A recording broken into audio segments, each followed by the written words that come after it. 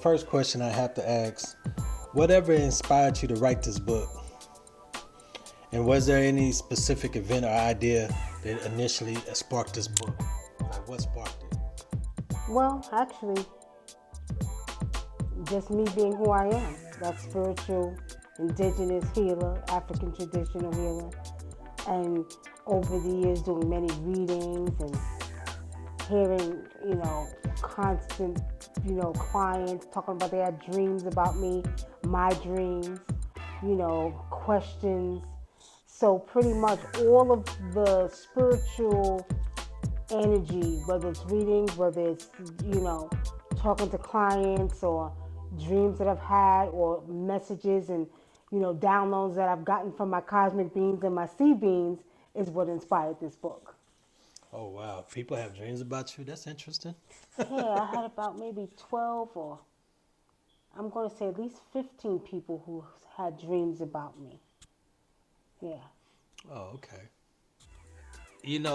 What I find interesting as well is when I started reading the comments on Instagram and Facebook, everybody's favorite chapter was the Antarctica chapter and the one about the repetitive numbers. Can you get into that a little bit?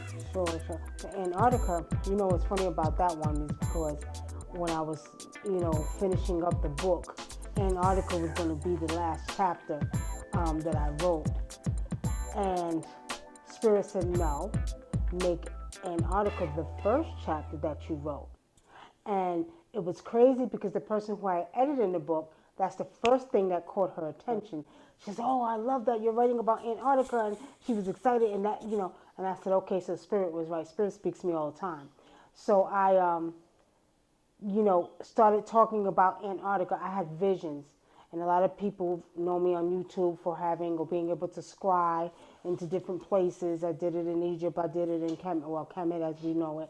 Originally, I've done it there. I've been able to scry in the waters of Antarctica. So I had a vision, and I was shown this vision by the cosmic beings that some of these beings come through Antarctica and that they meet in Antarctica, and the world leaders come together and meet in Antarctica to talk about what's going on with the world. So that's the first chapter that I, decided to write. It was the last chapter, but Spirit said, no, make it the first because that's going to catch people's attention. So that's one of the chapters that's my favorite and that a lot of people are saying they like as well. And then the chapter of repetitive numbers. Now, we know everybody and their mother is pretty much asking questions. They're saying 111, they're saying 222, 333, and a lot of people want to know what does that mean. Now, there's different meanings in different cultures, different meanings for those repetitive numbers, okay? And I do write that in the book. I talk about the African meaning, and I talk about the European meaning, the Chinese meaning of the different repetitive numbers. Just to give you a brief example, 111 is, first of all, you'll see your birthday first, okay?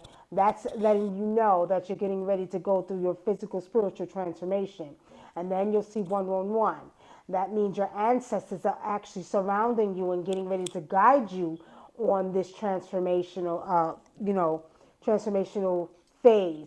And then when you see 2, that's the mind and the body has come to, 2 is the mind, and 3 is the body. So you have the mind, body, soul, and the guidance of the ancestors that are actually getting ready to take you on this journey of going through your physical, spiritual transformation.